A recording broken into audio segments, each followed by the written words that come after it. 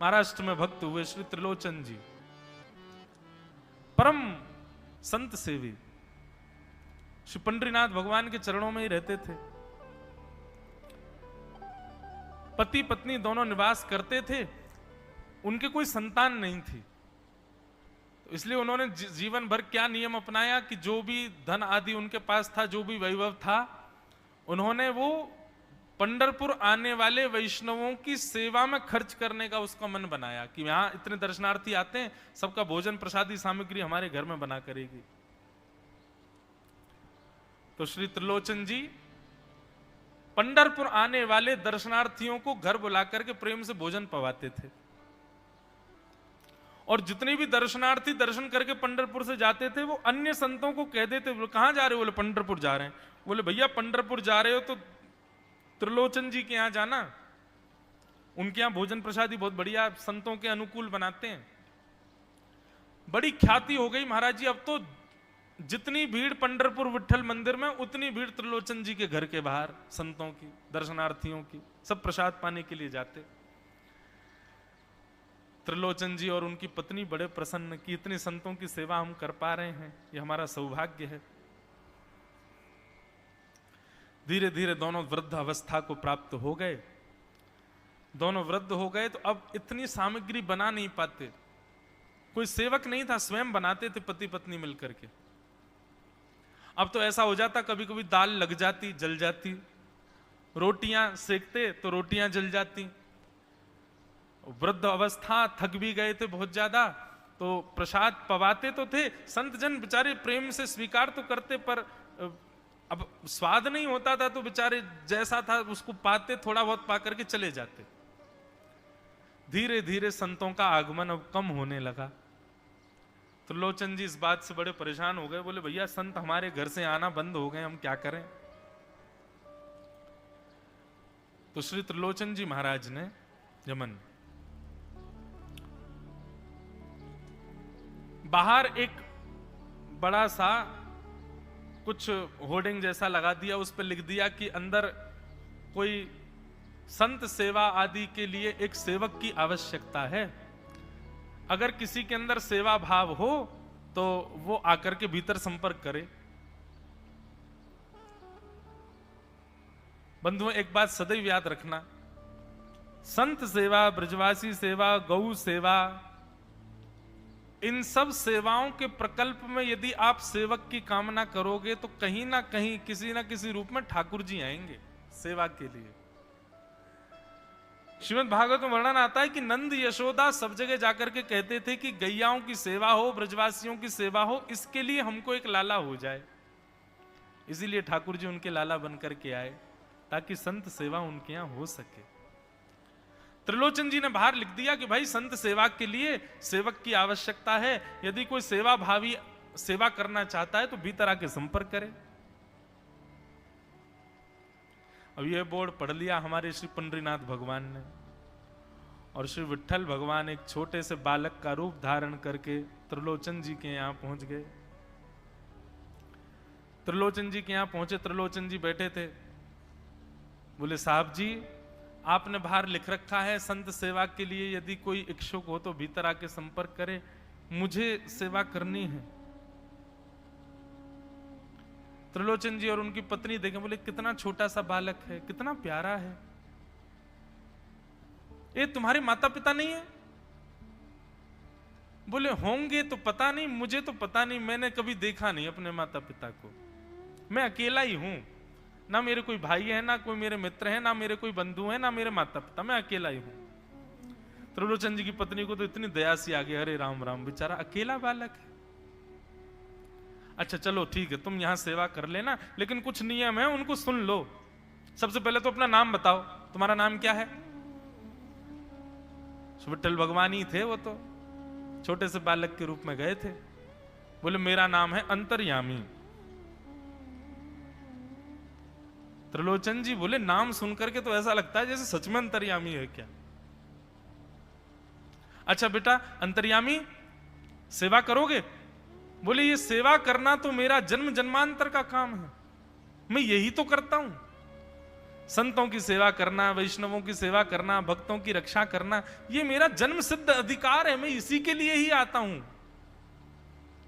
त्रिलोचन जी और उनकी पत्नी एक दूसरे का मुख देख करके बोले, नेक सा बालक है लेकिन बोलता कैसे है? ठाकुर जी तो सत्य बोल रहे थे। बोले अच्छा, सुबह एक सब्जी बनानी पड़ेगी, दाल बनानी पड़ेगी, और हमारे यहां लगभग 100-150 संत आते हैं, उनके हिसाब की रोटी बनानी पड़ेगी, और सब बेटा तुमको करना पड़ेगा, हम थोड़ा बहुत सहायता कर देंगे, हमसे ज्यादा बनता नहीं है, तुमको ही सब सिद्ध करना पड़ेगा। अंतर्यामी भगवान बोले बिल्कुल निश्चिंत रहो, हम खीर भी बनाएंगे, हम रबड़ी भी बनाएंगे, हम रायता भी बना दिया करेंगे, हम 2-4 सब्जी और बना दिया करेंगे। त्रिलोचन जी बोले नेक सा बालक, सब जानते हो तुम? बोले हाँ हमको सब आता है, दुनिया का कोई काम नहीं जो हमको नहीं आता हो, और सुनिए झाड़ू पोंछा बर्तन भी कर देंगे हम। त्रिलोचन जी तो बड़े खुश हो गए, बहुत बढ़िया सेवक मिला यार, ये तो सब काम करता है। लेकिन भगवान बोले लेकिन अब हमारी शर्त सुनो। त्रिलोचन जी बोले तुम्हारी भी शर्त है? बोले हाँ। क्या शर्त है भैया? बोले हमारी पहली शर्त यह है कि हम दुनिया को बना के खिलाएंगे, लेकिन हमको आपको बना के खिलाना पड़ेगा, हम अपने हाथ का बना नहीं पाते, हम आपके हाथ का बना। और ये वास्तविकता है, ठाकुर जी पूरी दुनिया को पवाते हैं, लेकिन स्वयं भक्त के हाथ से बना ही पाते हैं। स्वयं क्या पाएंगे? तुम लोग सिद्ध करके लाओ, तुम अपने मनोभाव से बना के लाओ, हम वही पाएंगे। ठाकुर जी वो कोई कमी, पूरी दुनिया में अनाज ठाकुर जी उगा रहे हैं, पूरी दुनिया में सब्जी ठाकुर जी उगा रहे हैं, पर जब स्वयं भोजन करने बैठते हैं तो कहते हैं भक्त बना के लाए, वो पाएंगे हम तो। ठाकुर जी बोले हम सारे संतों को बना के पवाएंगे, लेकिन हम अपने हाथ का बना नहीं पाते, आपको हमारे लिए बनाना पड़ेगा। त्रिलोचन जी की पत्नी बोली छोटा सा बालक, इसका आधे हाथ का तो इसका पेट है, एक रोटी में झिक जाएगा ये, इसके लिए मैं बना दिया करूंगी। ठीक है लला, तू बिल्कुल चिंता मत करो, तुम्हारे लिए भोजन हम बना दिया करेंगे। हमारी एक शर्त और सुन लीजिए। बोले क्या? हम कितना भी खाएं हमको टोकना नहीं कभी कि इतना क्यों खा रहे हो। त्रिलोचन जी बोले भैया हम क्यों टोकेंगे, तुम बढ़िया 2-3 रोटी खा लिया करना। बोले 2-3 रोटी तो हमारी दाढ़ में छुप जाती है कहीं पर, हम तो प्रेम से पाते हैं। बस आप लोग ये नियम याद रखना, आप कभी ये मत कहना कि इतना क्यों खा रहे हो। और सुनिए एक बात, अगर हमारे सामने कही तो अपराध बनेगा ही, आपका नियम टूटेगा ही। किसी और से जाकर के यदि आपने कह दिया कि बहुत खाता है, क्या बताएं, तो हम उसी दिन अंतर ध्यान हो जाएंगे, उसी दिन आपका घर छोड़ के चले जाएंगे, फिर दूरते रहना सेवक। त्रिलोचन जी बोले हम क्यों कहेंगे भैया, हम तो कभी नहीं कहेंगे, हम दोनों तुमको वचन देते हैं, तुम प्रेम से रहो, सबका सेवा करो, हम कभी नहीं कहेंगे कि इतना खाता है। भगवान बोले तो ठीक है, फिर कल से सेवा शुरू। अगले दिन महाराज त्रिलोचन जी और पत्नी उठे सवेरे ब्रह्म मुहूर्त में, देखा तो महाराज भीतर ही ठाकुर जी बढ़िया अपनी कमर कस करके, सिर पर ढांटा बांध करके, मुंह पर कपड़ा लगा करके, और कढ़ाई में लिए चला रहे हैं, बना रहे हैं दाल। एक हाथ से दाल बना रहे हैं, फिर दौड़ के जाते हैं दूसरी कढ़ाई पे, वहां पर खीर बना रहे हैं, फिर कहीं जाते हैं वहां पूड़ी उछाल उछाल करके धर रहे हैं। त्रिलोचन जी और उनकी पत्नी देख रहे खड़े खड़े, अकेले ठाकुर जी सब बना रहे हैं, नेक सा बालक। 8 बजे से संतों की जमात आनी प्रारंभ हो गई, सुबह के समय हो गया। महाराज अकेले ही पत्तल लेकर के दौड़ते हैं, सारे संतों को पत्तल बांटे आते हैं, फिर अकेले ही सामग्री लेकर के जाते हैं और लेकर के सबको बांटते हैं। त्रिलोचन जी कोई सामग्री लेके जाएं तो ठाकुर जी बीच में ही आ जाते हैं, बाबूजी आप जाके बैठो, मैं बांट रहा हूं ना, आप उठ के मत आओ, आप उठ के आओगे सब फैल जाएगा, मैं कर रहा हूं ना सब। अकेले ठाकुर जी, अकेले अंतर्यामी भगवान सब कर रहे थे। और त्रिलोचन जी और उनकी पत्नी बड़े प्रसन्न, जय हो विठोबा, तेने तो भैया ऐसा लगे साक्षात तुम ही आ गए हो, कितनी कृपा हो रही है, देखो कैसा सेवक मिला है हमें। भले ही संतान नहीं दी ठाकुर जी ने, लेकिन ऐसा सेवक दिया है जिससे परिपूर्ण आनंद हो गया है।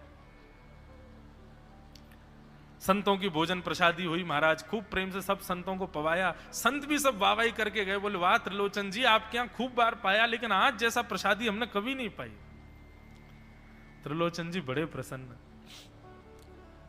सब संत चले गए, भगवान तुरंत पोंछा लिया है, पूरे फर्श को मार्जन कर दिया, सब बिल्कुल सारी दरी वरी समेट करके रख दी, सब पत्तल आदि सबको व्यवस्थित कराए, सारे बर्तन मांज करके धर दिए, सब बिल्कुल व्यवस्थित करके और आकर के ठाकुर जी सामने बैठ गए। मैया अब सेवा हमारी तो पूर्ण हो गई, अब हमारी पेट पूजा करो, अब आप लगो रसोई में, हमारे लिए बनाओ।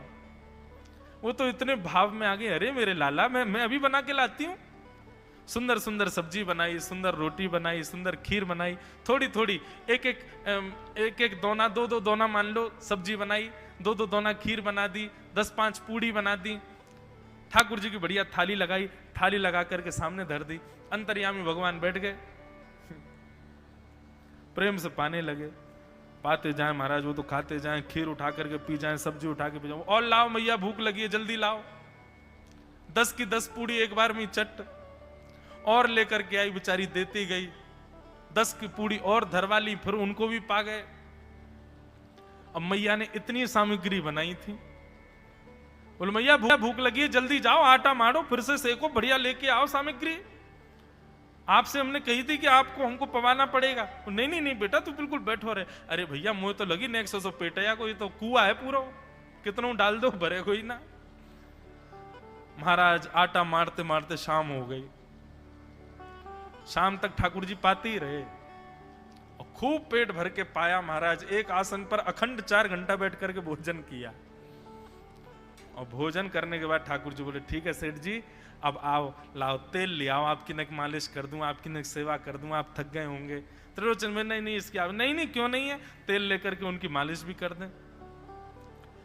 इस प्रकार चले। त्रिलोचन जी की पत्नी बेचारी पहले दिन तो कुछ नहीं बोली, दूसरे दिन भी कुछ नहीं बोली, तीसरे दिन उसके मन में आया, बोले ये क्या कर लिया हमने, सुबह जितना भोजन बनना चाहिए उतना तो ये अकेला ही पाता है, सुबह संतों का ये बना देता, पर शाम को इसके लिए जितना बनता वो संतों के बराबर ही बैठता है पूरा। त्रिलोचन जी कहते नहीं नहीं तुमको याद नहीं उसने कहा था कभी कहना नहीं है ऐसा। बोले हाँ नहीं नहीं मैं ध्यान रखूंगी, नहीं कहना है। लेकिन अंतर्यामी भगवान तो खूब प्रेम से घर के सारे काम कर रहे हैं उनके। महीना 1.5 महीना बीत गया, खूब आनंद से सेवा चल रही थी। एक दिन त्रिलोचन जी की पत्नी पड़ोस में किसी के पास बैठी थी, तो पड़ोसी तो होते ही हैं सब घर के बात बोलने वाले, उन्होंने कह दी, बोले कि आपके घर में तो आजकल बड़ी खुशहाली आ गई है। त्रिलोचन जी को देखा, चेहरे पे कैसा तेज आ गया, लाल लाल टमाटर जैसे गाल हो गए उनके। बोले अरे वो आया है ना अंतर्यामी सेवक हमारा, बहुत सेवा करता है, प्रसादी वगैरह सब वही बनाता है, फिर मालिश करता है उनकी, बढ़िया बढ़िया उनके लिए जूस निकालता है, बढ़िया उनको सब भोजन पानी पवाता है, इसलिए इस वजह से त्रिलोचन जी बढ़िया। वो त्रिलोचन जी तो बढ़िया हो गए, तुम सूख गई हो, तुम इतनी पतली दुबली क्यों हो गई, मेरा दुख कौन जाने। वो सबकी सेवा करता है पर अपनी सेवा मुझसे करवाता है। अरे छोटा सा तो है, ऐसे मटक मटक के जाता सब्जी लेने, हम तो उसको देखने के लिए खड़े रहते बाहर, कैसे बढ़िया लगता है। कई लोग तो देखने ही आते हैं उसको कि कैसे सब्जी परोस रहा है, कैसे पूड़ी परोस रहा है, कितना सुंदर लगता है। छोटा सा तो है, उसकी क्या सेवा करनी पड़ती है। अरे बहन तुम क्या जानो, 2, 4, 5, 10 किलो आटे की कब कब में रोटियां पूड़ियां खा जाता है चपेट करके, कुछ पता नहीं चलती, पेट है कुआ है समुद्र क्या है पता नहीं चलता है, इतना खाता है इतना खाता है इतना खाता है। 4 घंटे की समाधि पर बैठता है एक साथ, थाली नहीं थाल लगाना पड़ता है उसके लिए, इतना खाता है। जैसे ही कहा इतना खाता है, ठाकुर जी अंतर ध्यान हो गए। शाम का समय, त्रिलोचन जी रोज शाम होते ही बैठते थे, थोड़ी देर कुछ चर्चा आदि करते थे भक्तों की। त्रिलोचन जी ने बुलाया, अंतर्यामी, ओ बेटा अंतर्यामी कहां हो, जल्दी आओ, चलो शाम हो गई है, थोड़ी देर बैठे कुछ सत्संग करें कीर्तन करें। अंतर्यामी नहीं आए,